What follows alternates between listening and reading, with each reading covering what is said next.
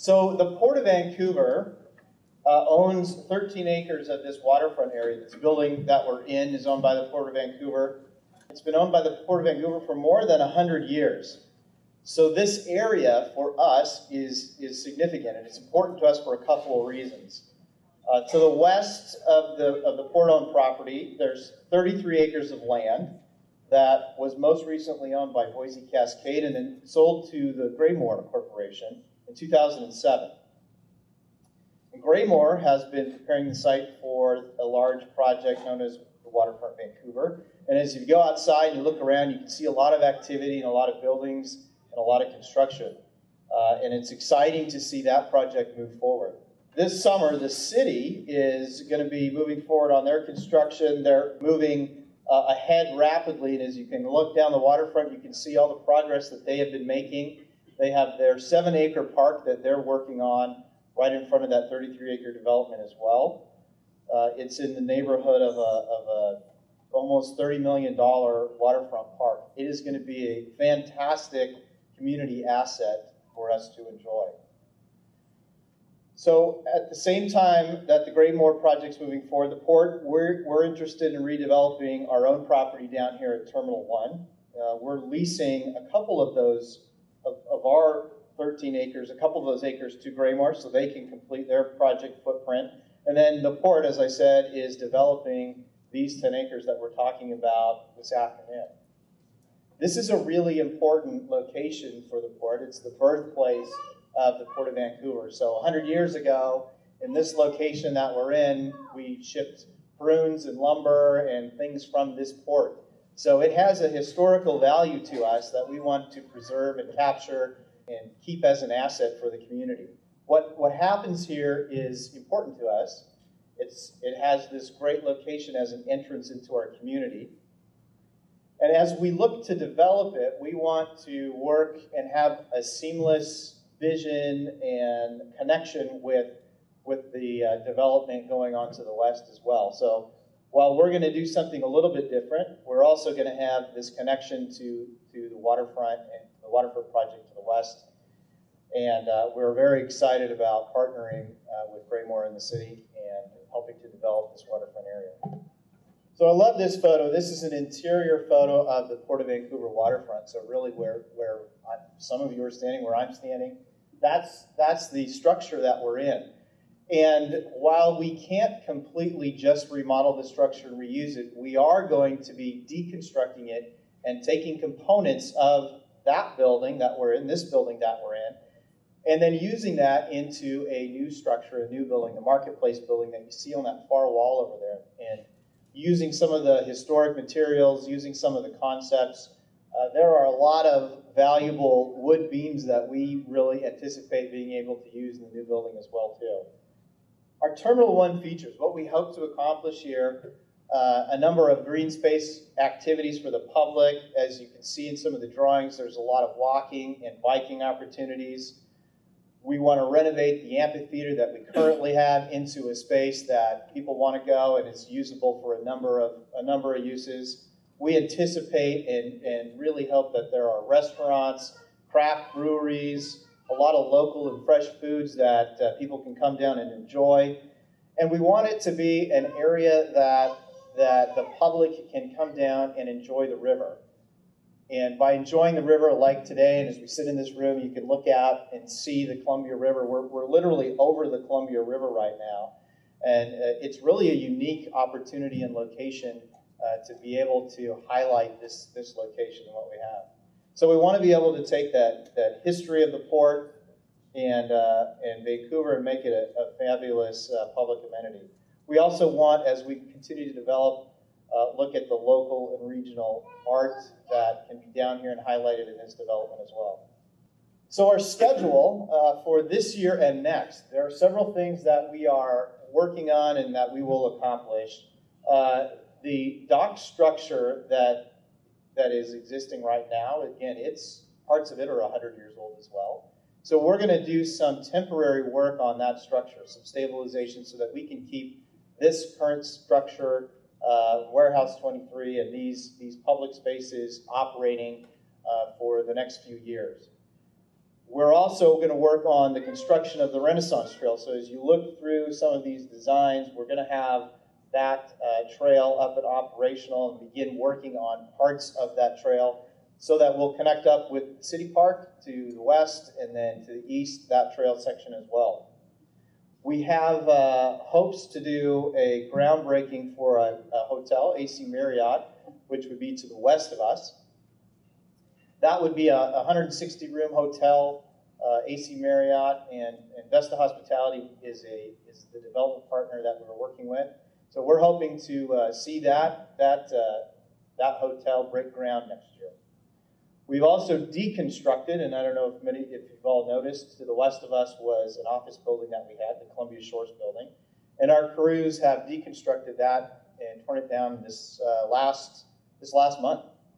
In addition, we want the marketplace and dock design and public space design process, hopefully to wrap that up this year. And this is part of that process that we're doing right now. So gathering input from our commissioners, from the public, from advisory committee, from staff. And we really want to take these concepts that we're looking at today and narrow it down to a preferred concept that we'll have by fall this year. So this is a really interesting site and a lot of challenges to development down here at this waterfront site. As I've talked to some of you tonight, and some of you know that there's a future I-5 bridge that is going to happen.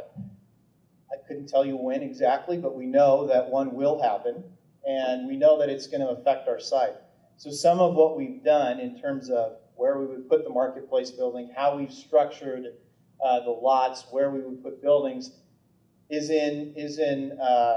in response to the fact that we know that there will be a new I-5 bridge at some point, and that it's going to affect our site. We also, to the east, have Pearson Airfield. So as far as some of the buildings and some of the structures that we're going to have on the site, there are restrictions about how high of a building we can go because of the FAA height restrictions. We also, as I mentioned, have a pier infrastructure issue. We are on a 100-year-old pier infrastructure, and that needs to be replaced to move forward. So we're looking at ways on how we can phase that and how we can move forward with keeping this intact for the interim and then replacing it for the future development as well too. As I alluded to, the building that we're in, we aren't going to necessarily remodel it. We're going to reuse parts of it, and we're going to move the building to the west. That's in response partly to the bridge. That's in response to where the hotel will be. And that is a permitting, there is a lot of permitting and a lot of things to do related to moving a building like this over the water. Not an easy task. We have a great team that's working on it, and we've progressed that, and we are very positive and feel that that process is going to move forward, which will allow us to move this building essentially to the west, reconstruct it, I should say, to the west. And another challenge is our parking. I've talked again to several of you tonight about where will parking be. We don't have all the answers for that. We are looking at that, how parking will be used in the future versus driverless cars in the near future or future. We're not sure, but there are parking requirements that we're going to have to deal with now in the interim, and as we build buildings, we're going to have to solve those problems and figure out how to park cars down here as well too. The other big hurdle and issue for us is going to be, how do we fund this project? So as I mentioned, by the fall this year, we are hoping to get a final design, and that will allow us then to start to figure out what that will cost. And as we sort through what the price tag for this project will be, we're going to work on some funding strategies and how to move forward and how to fund this project. My name's Gil Williams. I'm a principal at GreenWorks Landscape Architecture in Portland. And it's a pleasure to be here with you today, and I'm excited about this project. And it's been an exciting, about 4 months getting to this point. So we've got about 6 months left, and we're hoping to develop some great ideas. I think as I've described this particular project and what's going on next door, I think we have a great opportunity to create a very unique place here. It's not meant to compete, but I think would be a great complement with what's going on next door. And so with that said, I think it's going to be important that it is very unique. I'm excited working with Grand Baba Architects and the Market Building. I think the Market Building is, as you've seen from the renderings, is just going to be iconic, and it's going to be a destination. And it's been exciting for us to work with all the areas in between and kind of as we progress through the site, what that might look like at full build out. So to give you a little bit of an idea what we're kind of how in our minds we approach the site, downtown Vancouver is to the north up here. You've got portals on Columbia Way and Esther Street here that kind of lead you into the site. The first exposure you really have to the site is this north portal up here. And I think in all the schemes on this wall over here, you've seen different ideas about how we draw people, mostly pedestrians or people on bikes into the site. I think this next key element is this north-south spine. And you'll see some precedent imagery that talks about how when you reach this point, you've got a great vista down to the water and to this, this Market Building on the wharf here. In the heart of the site, what we're calling Market Square, it's kind of right in the middle of these 4 blocks, and then the Market Building on the south. I think this, in essence, becomes the heart of the site. Flexibility is a premium here. I think that it could be programmed for a multitude of things. So I think that, as we start to design the hardscape and the infrastructure, we have to keep flexibility in mind. So you'll see a lot of flexible spaces on the boards here.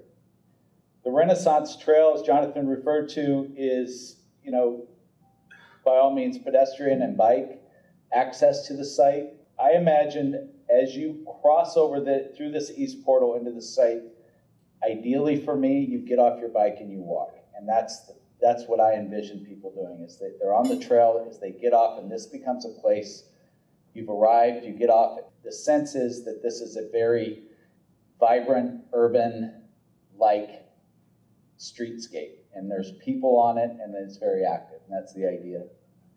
And then the west portal, of course, is that segue into what's going on in the new Vancouver Waterfront Park here.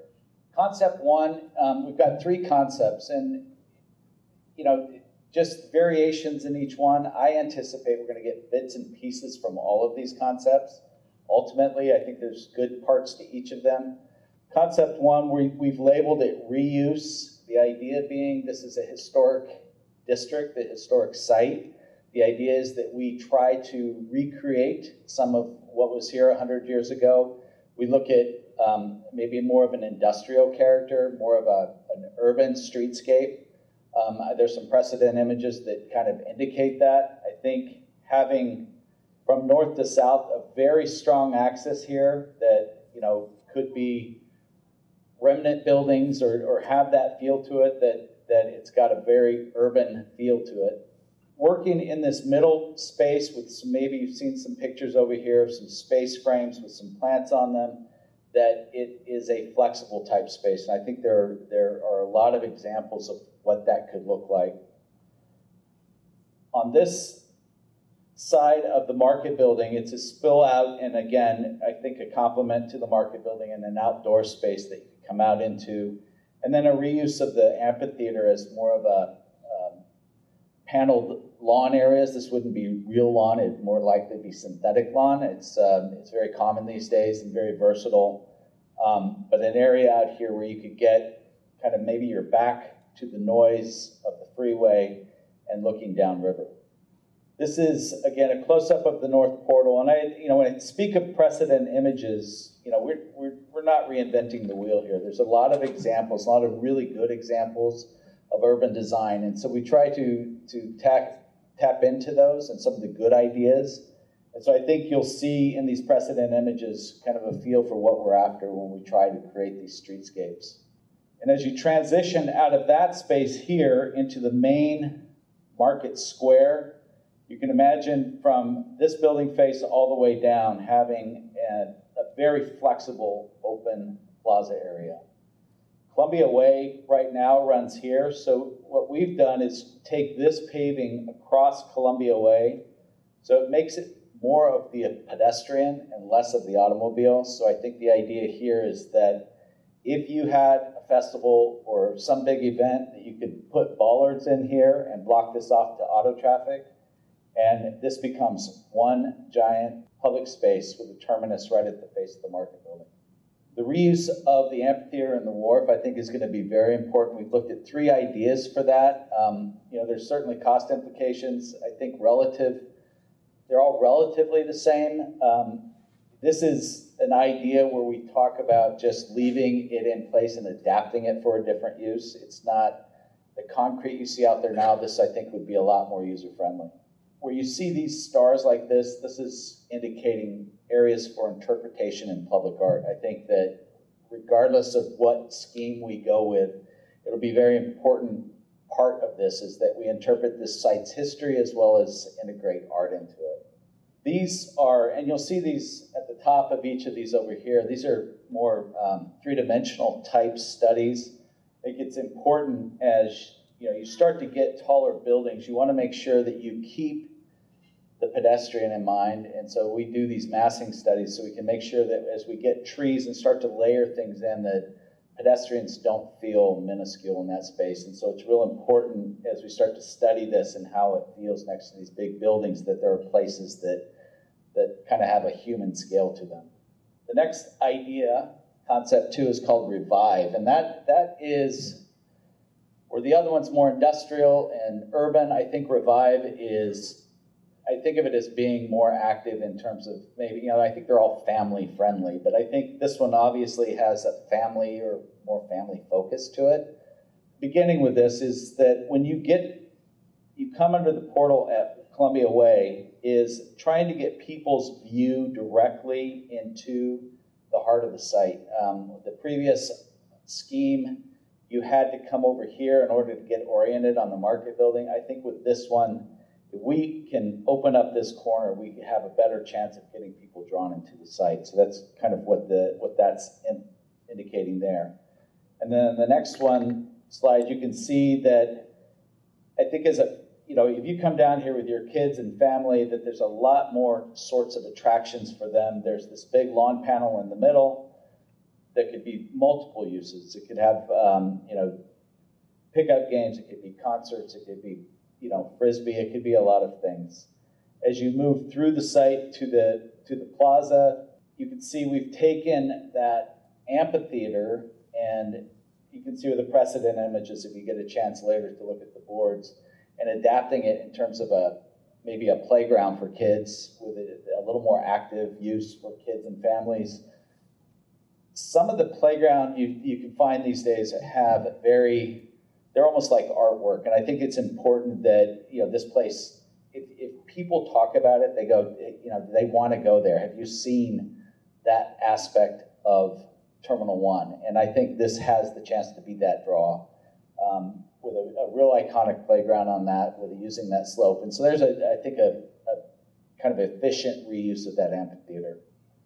Again, the massing study to get a sense for, you can start to see, we'll use these to do shade studies to see how the solar aspect is. If you get a lot of sunlight into that open core in the middle, you can see there what that might look like. The third idea is it's kind of getting back to more the natural aspect of the riverfront. We start to, in essence, peel the layers off of what's here a little bit. We maintain the market building with the dock here. We basically take the amphitheater out and we start to expose the riverbank. We create these boardwalks that would be accessible routes that would go over it. So in essence, you're going from this side to this dock over here. So this is all at the same level in this area. But this is an accessible route. You would literally be walking in the canopy of the trees that are on the riverfront. So it'd be kind of, I think, a really unique experience. Again, we're integrating, I'd call this a softer approach. There's more vegetation. There's a lot of kind of natural features, storm facilities and the like.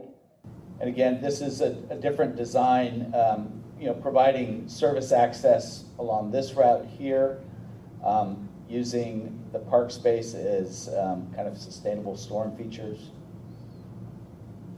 And then the next one is kind of the 3D look at what that might appear. And all these are meant to complement and be kind of a foreground for the market building. So I'm going to let Graham Bottle come up and talk about that now. So when you start looking at the constraints of the site and kind of fundamentally how a market building lays out, really in the end what we found is there were really only a couple of ways in which, in a very general sense, the building can lay out. And I'll be talking about those now and then where we ended up. So on both schemes you can see it's a little faint, but this is what ended up being the service end of the building. We'll be getting a lot of truck deliveries. We have to have a place for that. And so service in from this building, the trail here, the waterfront here. And in this scheme, we organized most of the program in a north-south function. So you see these aisles kind of running through. And that gives you a lot of porosity from north to south and views through the building to the river. But what it doesn't give you is the iconic space that you guys saw at Pybus and Wenatchee, and that were in a lot of those images. We do get a smaller space here. So if we lay out the building mostly east-west, you end up creating this space, and this is an example of that kind of space, this iconic multi-use community gathering space that we were all after. And then the stalls organize both sides, and because of the width, we get this sort of bonus waterfront space that could also address how we look out into the waterfront. This also takes advantage of the views east underneath the future bridge to Mount Hood and west downriver. So this is ultimately how things lay out, and this is a plan that more or less follows the three conceptual options we're going to present in a few minutes. So I just want to walk you through in a little more detail because it's important to have this in our mind's eye. And Brett's put up a smaller board here so we can see that again as he's talking through his schemes. So this is that big central space. And off of that on both sides are market stalls. Now, it's really important when you have a market building that may last 50, 60, 70, we all hope 100 years, that those stalls are going to change over time. And so they're both modular and flexible. So, a small produce vendor might move in there, but maybe they need that much space, or maybe eventually they need that much space, or maybe they graduate to a store downtown eventually. And so the idea is to offer flexibility as the building leases up initially with the kind of businesses the community wants, but also over time it can evolve. A secondary space here that would be mostly prepared foods that would have openings along this glass wall to the river, so views to the river, but also in nice weather, be able to open it up. And then whenever we have a market hall like this, there are a number of smaller vendors, but we also know that we often need the draws, the anchor tenants. And in a market hall, those are usually larger full-service restaurants. So right now we're proposing one in this corner here that looks out towards the river that way and back towards the plaza that Gil described before. A larger restaurant here that also looks down, and one more here. The last thing I want to point out here are these little pieces here, and these are options for day vendors. So these are that in-between step between, someone has the most amazing yogurt recipe and they want to sell it, they might start here before they graduate to there, before they graduate to the yogurt shop downtown. So and then upstairs is a mezzanine space. And so you can kind of see that plan superimposed here. It's also dashed in here. It's sort of a dumbbell. So on either side are the two larger spaces that would look down into the double height space. On this side, we're imagining it being an event space that could be rented out for weddings or smaller events, but also take part in what's going on below. On this side, potentially an upstairs for that restaurant. And again, these are fairly flexible. So, this could, as we begin to further develop the scheme, we could get a stair up from this restaurant and have seating upstairs for that restaurant. It could be a split between an event space and a restaurant. So this is just briefly what that looks like in 3 dimensions. So this is kind of a cut running crosswise. So Centennial Trails here, waterfront and dock edge there. This is that big space, and that's that space we're kind of after for the community. The smaller stalls either side. This is that walkway between the two ends of the mezzanine. You can imagine at the end there, which we're not really drawing, is that those two restaurant spaces overlooking below. More sort of food service stalls here, looking over that dining space, which then opens out to the river. One last slide before I turn it over to Brett. So this is a very abstract version of the 3 schemes you'll see. So that big double height space down the middle, the sort of stalls on either side, the three big vendors, the service area, the waterfront dock space, and then the mezzanine, that sort of those two spaces at the end that look down below and the connecting piece. We're kind of wanting to be respectful of the history of the building and that shape that this building has, although it's covered now, but it has that history, and that history seems important. So that sort of shape of the building, that those sort of volumes, we want to be faithful to those. And we also kind of like the idea of recalling that kind of history of the whole waterfront in this more or less industrial aesthetic. So we're really kind of showing fairly industrial looking building. It might be clad in corrugated metal, kind of steel windows and doors. So it has that feeling of the kind of working waterfront. This one, scheme A, it's a little different in the others than in the shape of it. It's got a little bit of an asymmetrical shape. The windows and doors are what we call kind of punched openings, where they're carved out of the volume. And so you read the overall volume of the building and things are carved out of it. So here's a 3D view of that scheme. You'll notice that we brought the structure of the building out, these kind of knee shapes that come all the way out to the edge of the railing and capture that outdoor space in kind of an arcade. In all of these cases, we're imagining, as Brian said, that these are garage doors or some kind of ability to really open the building up in good weather. So you can see here the idea is that this arcade that's captured by those columns could have a combination of some permanent protection, but also there could be temporary protection that pulls out in the summertime. It could be fabric awnings or something like that. The end of the building is pretty flush. You'll see that little restaurant that Brian was talking about that looks out is kind of tucked inside here, and the glass is recessed back a little bit. Scheme B has a little bit more glass. It's kind of blows open the end with glass. We also have in this scheme carved away the corners, and so those corner anchor tenants get a lot more glass looking up and down the river. The awning in this case is more of a flat structure, kind of an eyebrow that comes out of the building.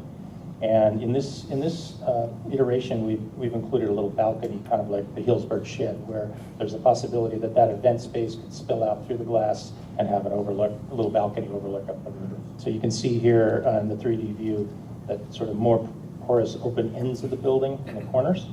We've also shown a much larger skylight glass entry where the main entry passes through the building, and then that continuous awning which runs the length of the building. And looking at the other corner of the building, you can see the exit stair, and some of those pieces are kind of held within the volume of the building. This is probably the most quintessential in terms of that sort of basilica shape of the building and the sort of more industrial looking openings. The awnings here are more individual elements that come out over those garage doors. It's not a continuous piece, and that allows these entry points to be a little bit more carved away into the building. Another thing to note, we've shown 3 different iterations of the signage. In this case, the letters are on top of the roof, and that's something that's also sort of a piece of the history of this building. We have the big sign up on the roof, and it's possible that even though that wouldn't be permitted today, that it could be grandfathered in with the existing signage. And this is sort of our vision for the space, that sort of, as Brian described, that big community gathering space that's really the iconic volume in the building. You can see a little bit of the shape of that mezzanine, where it spans over the space at the ends, but the big volume reads through the middle, and then there's the walkway that kind of flanks the side there.